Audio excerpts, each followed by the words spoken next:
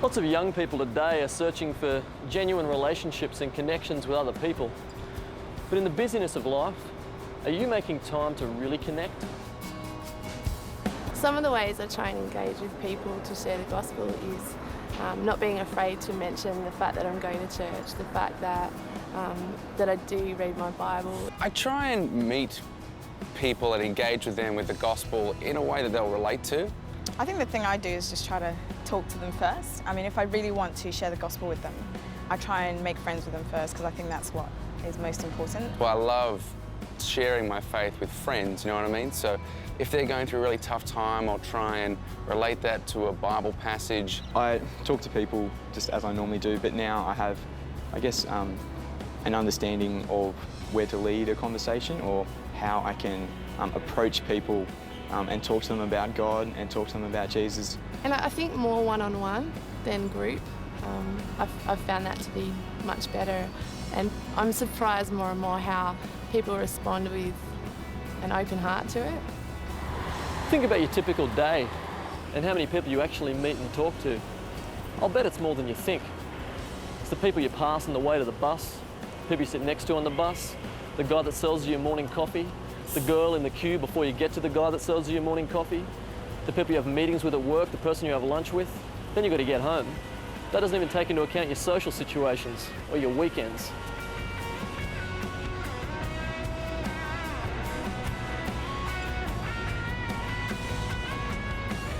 What would happen if you tried to engage just one of these people every day in a discussion about your faith? With some people, it might just be a short conversation. With others, you might find that you've got more time. Mark, isn't it? Yeah, how you doing? Met yesterday. Yeah. It's important that we learn how to build on our interactions with people, be them short or long conversations. There are 3 key things to keep in mind. Firstly, casual conversation.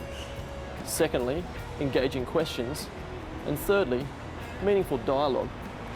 If we can master these 3 things, we'll be able to build on our conversations, build our relationships, and when we get the opportunity, move meaningfully into conversations about our faith. Casual conversation is where it begins. The random chat at the bus stop, conversation with a work colleague. All the time we want to be remembering our main principles, but the focus is on the other person, their thoughts, their ideas, their framework for life. Most people in conversation are thinking about what they can say next. We want to be thinking about what we can ask next. Engaging questions that focus on the other person's values and life and experiences. These kind of questions are the things that can lead us to discussions about God and the life we have in Jesus.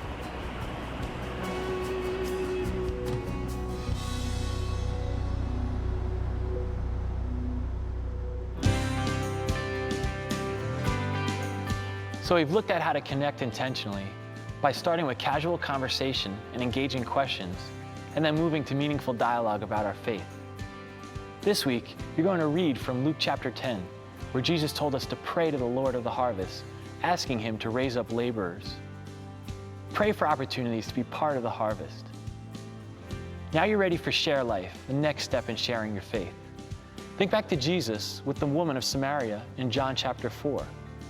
And in groups, role play the principles of connecting that you've learned, moving from casual conversation, engaging questions, and into meaningful dialogue.